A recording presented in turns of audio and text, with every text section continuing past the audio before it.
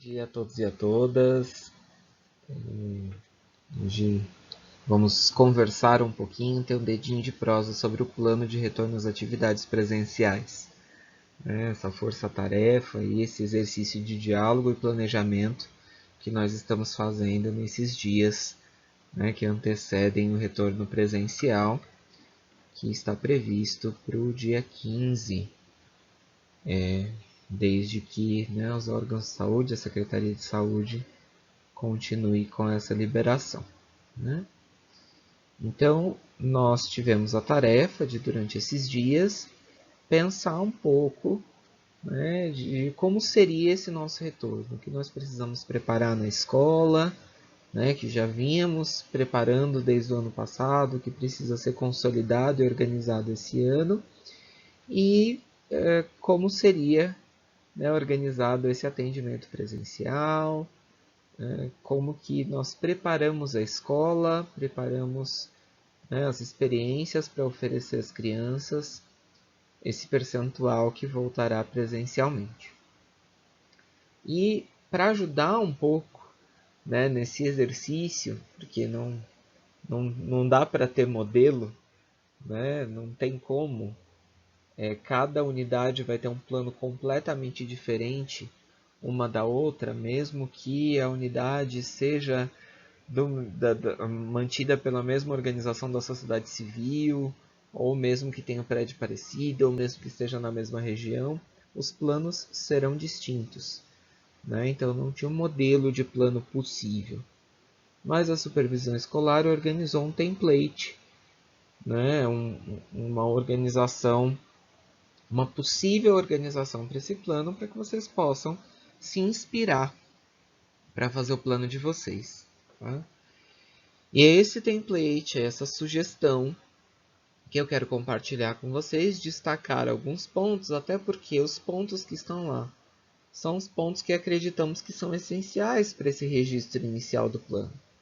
Não é? E como nós temos até o dia 12 para entregar esse plano, nós temos até a sexta-feira para finalizá-lo, para entregar, então eu achei que valia a pena nós termos uma conversa rápida falando sobre as partes do plano, tá certo?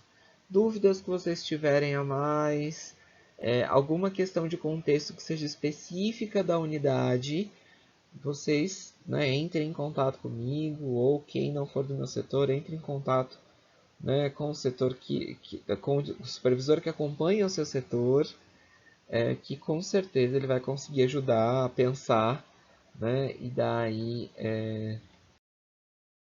alguns caminhos para trilharmos, certo? A primeira parte do plano, ele tem uma descrição de embasamento legal, onde as legislações, as publicações legais em relação ao retorno, ao atendimento que fazemos, então como que está organizada o período desse ano, a organização escolar, que é previsto em portaria, o que a instrução normativa do retorno indica, o que o decreto que autoriza o retorno indica, o que outras publicações que são importantes também para pensarmos nesse retorno indica, a publicação de alimentação, a publicação de registros, a publicação de avaliação. Então, o que esses referenciais legais nos ajudam, não é? E aí lá tem os links para acessar direto do catálogo de legislação municipal, que é um repositório bastante interessante para a legislação, porque quando as leis são revogadas ou quando essas publicações são modificadas, já aparece o hiperlink lá. Então eu deixo essa dica para vocês sempre que forem pesquisar legislação, pesquisar ou direto do Diário Oficial, no Imprensa Oficial, ou nesse catálogo de legislação, que é bem fácil de navegar, bem fácil de achar e está sempre atualizado. Então, a publicação saiu hoje no Diário, geralmente no mesmo dia já começa a aparecer aí no catálogo de legislação e as conexões entre ela também. Então, se ela revoga alguma publicação anterior, tem lá a indicação. Se ela complementa alguma publicação, tem indicação. não é? Então, é um espaço interessante para pensar em legislação. E tem também o embasamento técnico-científico, né? Então, o que tem de produção científica, de documento curricular, que nos ajuda a pensar nesse retorno, não é? Então, tem a própria, né, a página institucional de SME de São Paulo, né? Tem esse portal institucional que todas as orientações, né, que vocês recebem por e-mail, que são compartilhadas com vocês lá nas reuniões, estão aí, né, no portal institucional. São as orientações diretas e oficiais da própria Secretaria Municipal de Educação.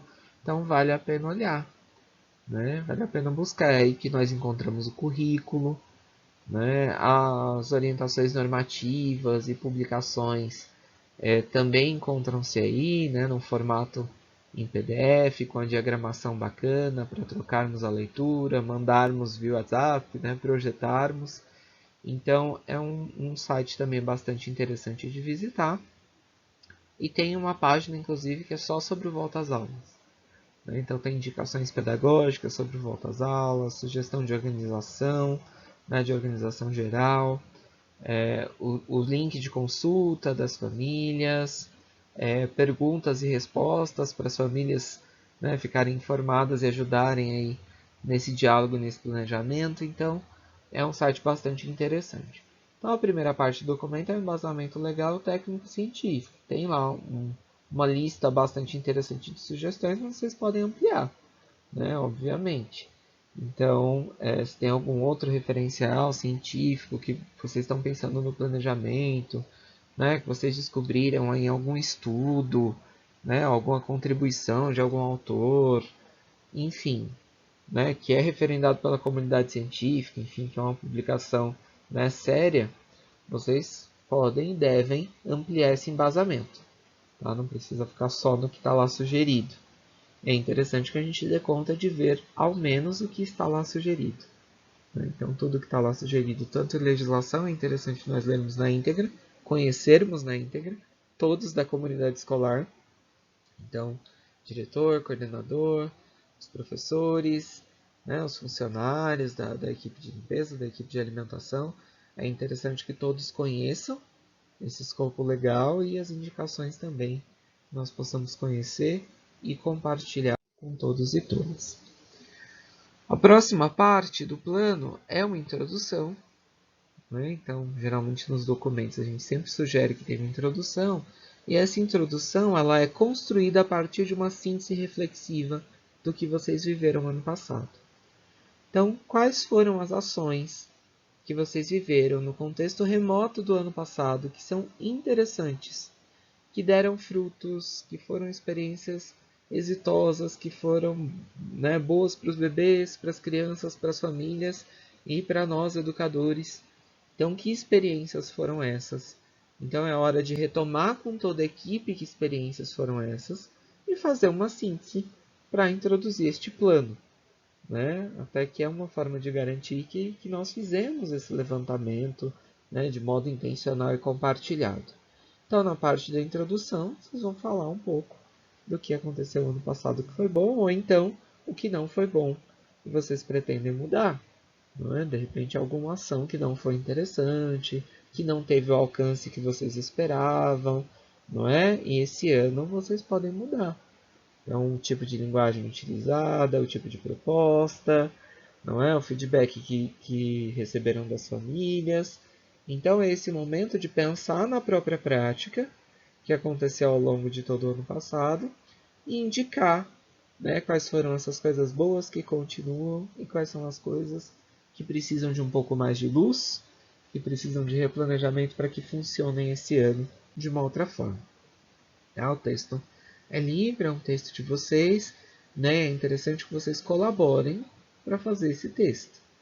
Né? Não é só a coordenadora lá no cantinho, claro que a coordenadora, né, tá super antenada em tudo que aconteceu, mas é interessante compartilhar com todos os professores, funcionários, né, para que essa multiplicidade de olhares, né, apareça no texto de vocês, né, não fique uma coisa restrita ao que um lembra, ao que um registrou. a próxima parte, que é, né, a quinta parte desse documento, é uma configuração de atendimento. Então, essa parte configura um pouco como vai ser esse atendimento presencial, basicamente, né? Que é o que vai ser diferente do que seria numa época fora da situação de emergência, numa época fora da pandemia, né? Então, quem são as crianças, os bebês que vão voltar a ter o atendimento presencial neste momento, né? Então, pensando em 35% da capacidade de atendimento, né? Não mais que isso. Quem foram, né, essas crianças, esses bebês que as famílias indicaram lá no formulário oficial ou por outros meios em contato com a escola, que querem, né, que autorizam e que querem, que desejam que as crianças e os bebês, que são seus filhos e tutelados, retornem ao atendimento presencial a partir do dia 15. Né? Então, vocês vão montar os agrupamentos. Né? Vocês vão ver quantos bebês e crianças lá foram, as famílias indicaram para retornar e vão montar novos agrupamentos. Né? Isso depende da realidade de cada unidade. Né? Depende de quantos disseram que vão voltar, né? Depende das dimensões dos espaços, né? Quantas crianças ou bebês eram atendidas já em cada lugar. Né? E essa parte gera bastante dúvida nas unidades. Né? Hoje de manhã entrei em contato com as unidades e todas me disseram, não, estamos caminhando bem com o plano, as discussões estão acontecendo, não temos dúvidas. Mas eu acho interessante retomar este ponto, né, que gera bastante dúvida aí na hora de montarmos esse quebra-cabeça do planejamento. Então, veja, são 35% da capacidade de atendimento total. Então, se nós pensarmos no berçário 1, que tem no máximo 7, né, então 35% dessa capacidade de atendimento são 2 bebês. Se eu pensar num berçário 2, que tem uma capacidade máxima de 9, né, então vou atender no máximo 3 bebês. Se eu pensar no mini grupo 1, que tem uma capacidade máxima de 12, eu vou atender até 4 bebês. Se eu pensar no mini grupo 2, com a capacidade máxima de até 25, eu vou ter o atendimento a 8 crianças.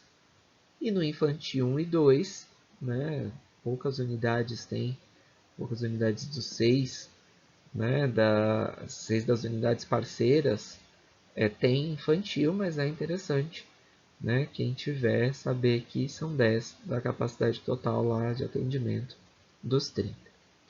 Então, essa é a capacidade máxima por agrupamento, não é? Mas pode acontecer de eu ter que reorganizar os espaços do agrupamento. Por exemplo, posso ter uma escola que tenha um ambiente, uma sala de atividades, que receba 3 berçários.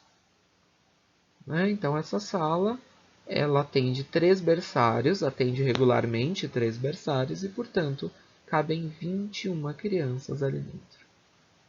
Né? Agora, no atendimento presencial, não caberiam 21, caberiam 6. Não é? 2 bebês por cada agrupamento. Mas pode ser que eu não tenha nenhum bebê do berçário 1 que a família tenha indicado retorno. E nesse espaço eu vá atender os minigrupos. Não é? Então, se essa sala cabem 21 bebês, né, se nós não levarmos a metragem a rigor, nós podemos pensar que cabem 21 crianças do minigrupo também.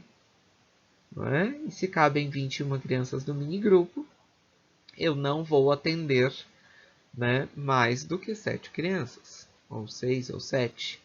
Né? Se eu fizer 35% do total de 21, né, juntando os quebradinhos que vão sobrando ali, dão 7 crianças. Então, nessa sala do berçário 1, que cabem 21 bebês, eu vou ter 6 ou 7 crianças do minigrupo 2. Né? Então, quando nós dissemos que a capacidade de atendimento não é só para somar a quantidade de crianças que o SEI atende, tirar 35%, né, e dizer que essa é a capacidade. Nós precisamos pensar nos espaços. Não é? Os espaços são importantes. Então, eu preciso pensar quanto que cada espaço atende.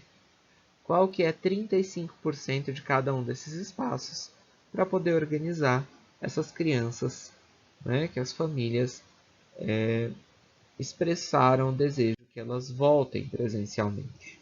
Né?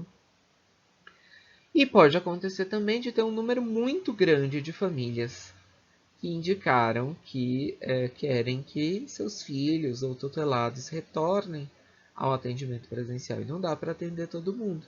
Né? O nosso desejo é que tudo isso passe logo, né? Que tenhamos condição de saúde com vacina para atender todos, né? Rapidamente, porque nós sabemos o quanto é importante o atendimento a todos eles. Mas neste momento que nós temos autorização e condições, ou pelo menos estamos estudando condições é de 35%. Então, tem uma regra, por assim dizer, né? Um parâmetro que nos ajuda a pensar um pouco. Né? Esse parâmetro nos ajuda a pensar em quais critérios eu vou utilizar, não é? Para poder fazer este atendimento. E esses critérios estão dispostos na Instrução Normativa 1 de 2021. Né? Então, a primeira coisa que indica é que não é uma boa opção o revezamento. Né? O revezamento ele é uma possibilidade remota, não é? Dependendo da situação que vocês vão analisar aí. Mas o ideal é que não tenha revezamento, até pela natureza das interações da educação infantil. Né? Quando a gente pensa no acolhimento, né? Quando a gente pensa na importância e na qualidade desses tempos, não é meio difícil pensar no revezamento de uma criança que vá 3 vezes por semana ou 2 vezes por semana, fique um tempo sem ir e volte. Né? Então, se nós queremos oferecer experiências que tenham qualidade para essa continuidade, não é interessante o revezamento. Isso está expresso lá em legislação. Né? Bem, o máximo de 35, que eu falei para vocês, por turno de funcionamento, no caso, principalmente das EMEIs, né, que atendem a educação infantil em 2 turnos, mas para vocês do 6, o turno de funcionamento é um turno único. Né? Então, são 35% da capacidade total de atendimento, pensando nos espaços, não esqueçam dos espaços. E aí, caso exceda o número, caso eu tenha um número de interessados, de famílias interessadas, maior do que esses 35% de atendimento, a legislação nos ajuda a pensar em parâmetros, a critérios para fazer essa organização. Né? Não é uma seleção, porque direito de voltar todos têm. Né? Nós não temos condições de atender a todos por conta da situação de emergência em que nos encontramos. Então, tem esses critérios, esses parâmetros que podem nos ajudar numa priorização para a organização. Então, primeiro, pensar nas crianças com maior idade.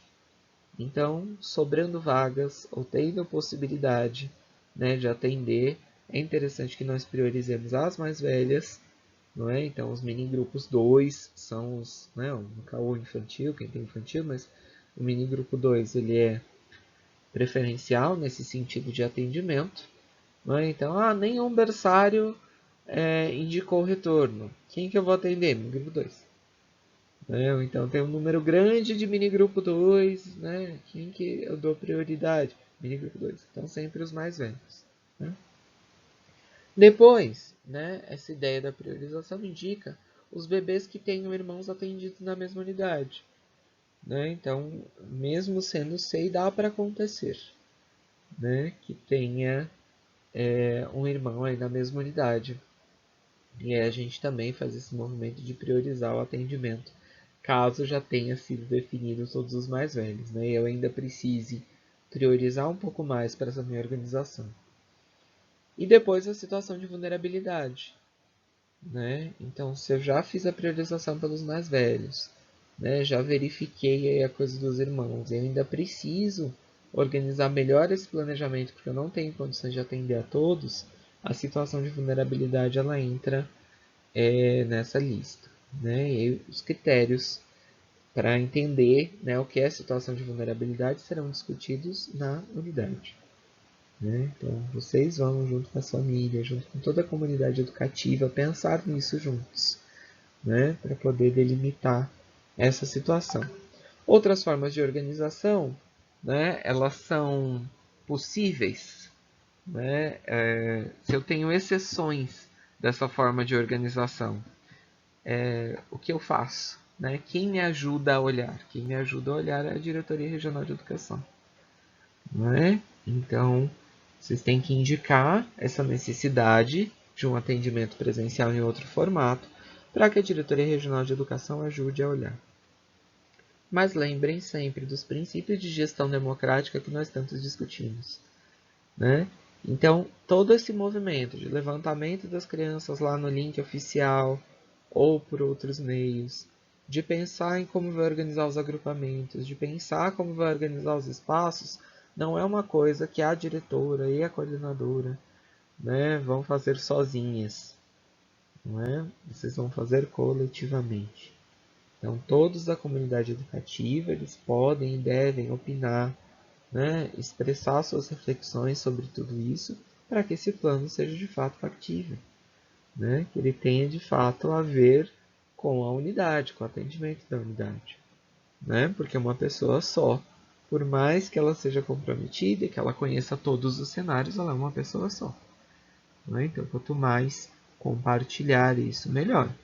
A mesma coisa em relação, né, à quantidade de crianças que será atendida, para as famílias e tudo mais. Esse diálogo precisa ser muito franco. Não é?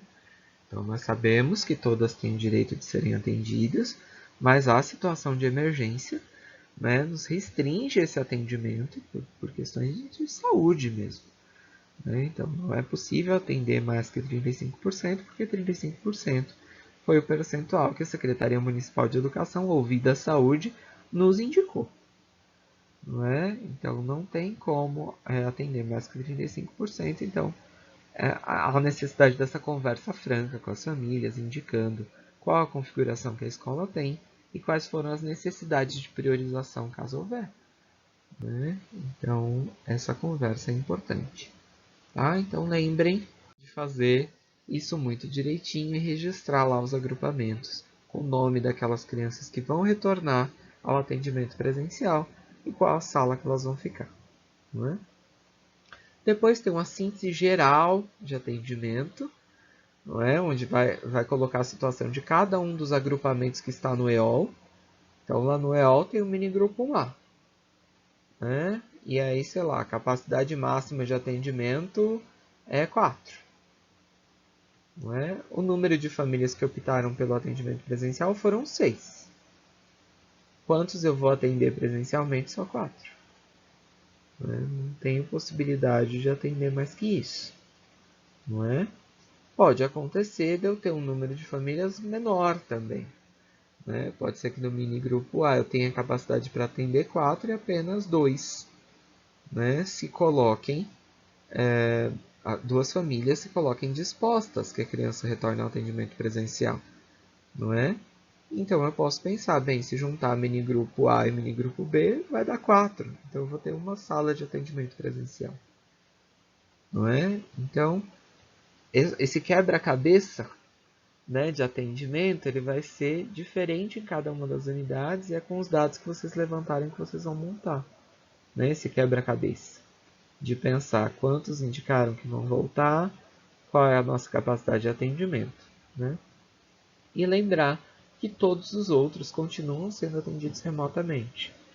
Né? Então, aquele exercício que nós começamos e que nós ampliamos muito ano passado, de indicar experiências interessantes para as famílias desenvolverem com eles em casa, continua. Né? Então, eles continuam sendo atendidos remotamente.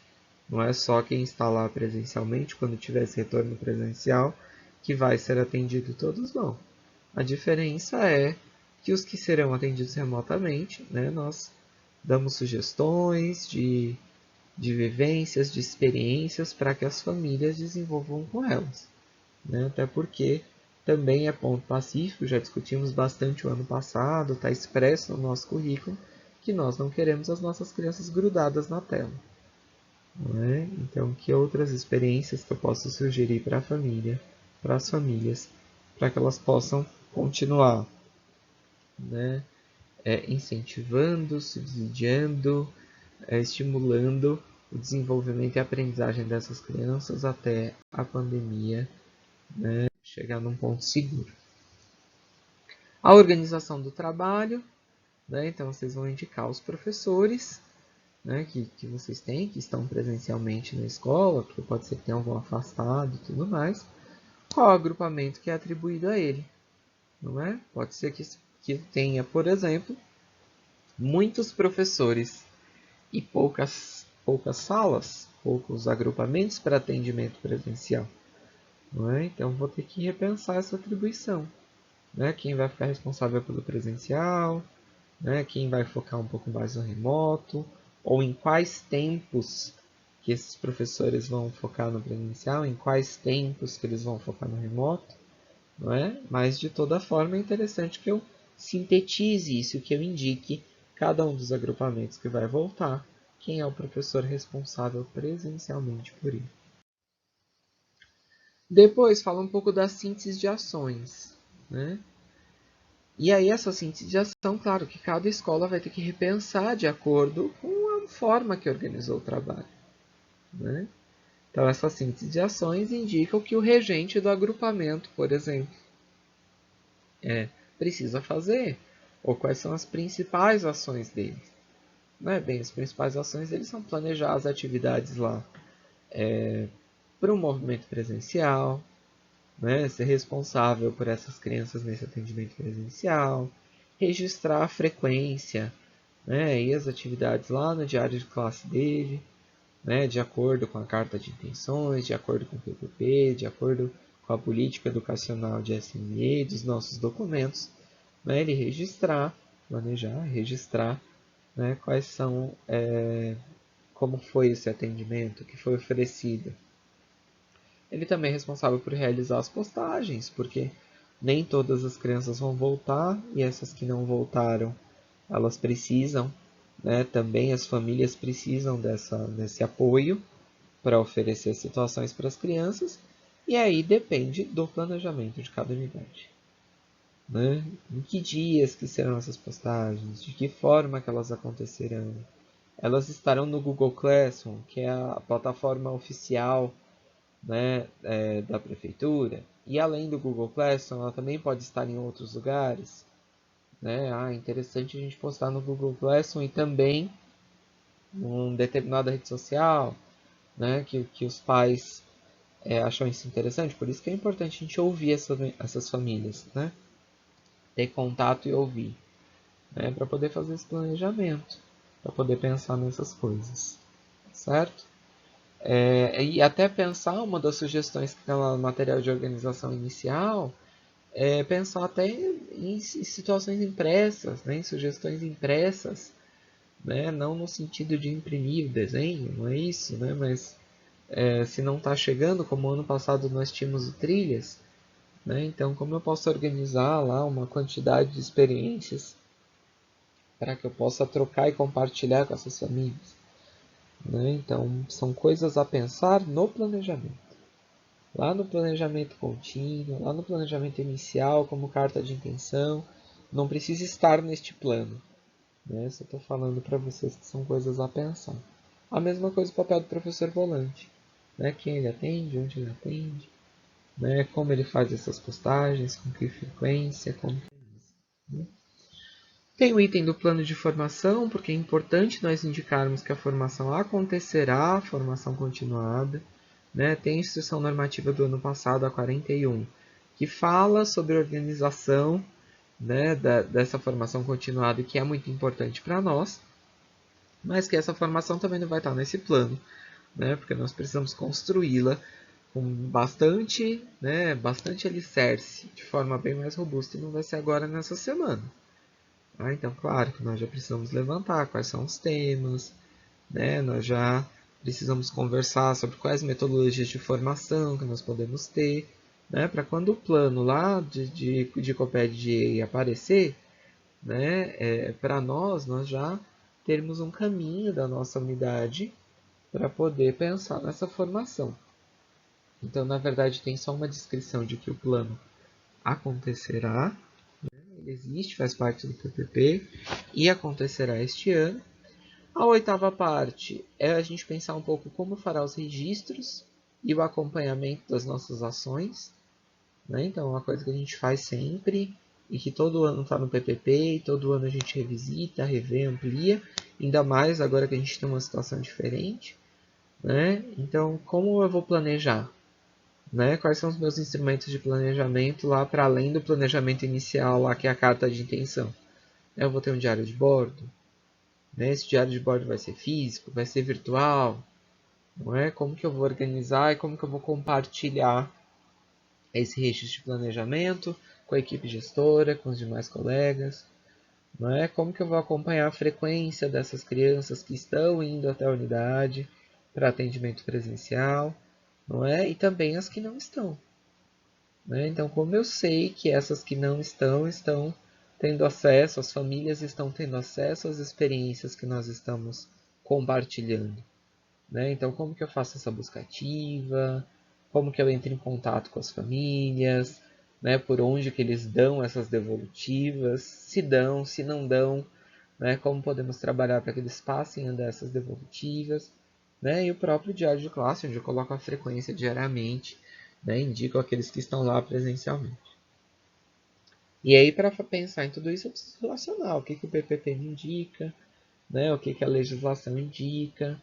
Então, a legislação indica, por exemplo, que eu preciso procurar, né, os órgãos de proteção quando a criança não frequenta, não é? E a mesma coisa agora.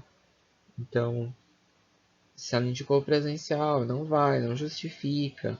Ou então, se eu não tenho notícia da família, se eu não consigo entrar em contato, se eu não sei qual a situação, né, eu preciso, dentro do que a legislação prevê, fazer essa indicação aos órgãos de proteção, né, para que eles nos ajudem a chegar a essas crianças.